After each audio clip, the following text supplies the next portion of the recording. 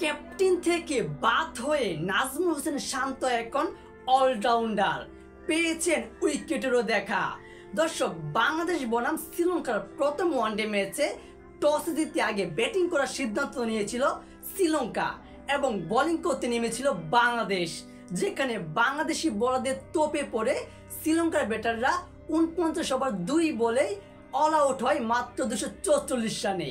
আর শ্রীলঙ্কা 244 রানে all out হওয়ার পিছনে অবদান রয়েছে বাংলাদেশের সাবেক অধিনায়ক নাজমুল হোসেন শান্তর।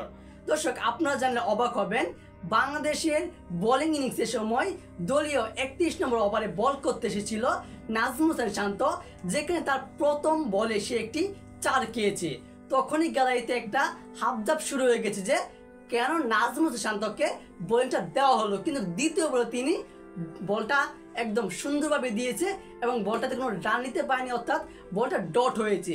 আর তৃতীয় বলেও ডট হয়েছে। আর চতুর্থ বলে নাজমুল শান্ত উইকেটে দেখা পেয়েছে, যেখানে শ্রীলঙ্কার ব্যাটার জানিত লায়াগান শান্তর বলে ছক্কা মারতে গিয়ে বাউন্ডারি লাইনে তানজিম হাসান সাকিবের হাতে ক্যাচ তুলে দেন।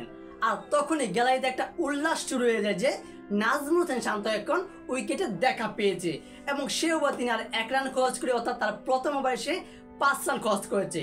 আর নাজমুল হোসেন শান্ত পাক্কা 4 ওভার বোলিং করে 32 রান খরচ করেছে এবং একটি উইকেট তুলে নিয়েছে, যেখানে সে প্রায় 11টি ডট বল দিয়েছে। আর তার সাথে সাথে বাংলাদেশের পেসার তানজিম হাসান সাকিব এবং তাসকিন আহমেদ শুরু থেকেই একদম বোলিংয়ে আগুন জ্বলিয়েছে, যেখানে তাসকিন আহমেদ 4টি উইকেট পেয়েছে এবং তানজিম হাসান সাকিব পেয়েছে 3টি উইকেট, আর তানভীর ইসলাম পেয়েছে 1টি উইকেট, আর নাজমুল হোসেন শান্ত পেয়েছে 1টি উইকেট। এবার বাংলাদেশের টার্গেট হয়ে দাঁড়িয়েছে 244 রান। এবার দেখা যাবে যে বাংলাদেশ কি সেই রানটা 244 রান চেস করে ম্যাচটা জয় করতে পারে নাকি। আর দর্শক, এই বিষয়ে আপনার গুরুত্বপূর্ণ মতামতটি জানিয়ে দিবেন কমেন্ট বক্সে। আর অবশ্যই ভিডিওটিতে লাইক দিয়ে সাবস্ক্রাইব করে আমাদের পাশেই থাকবেন। ধন্যবাদ।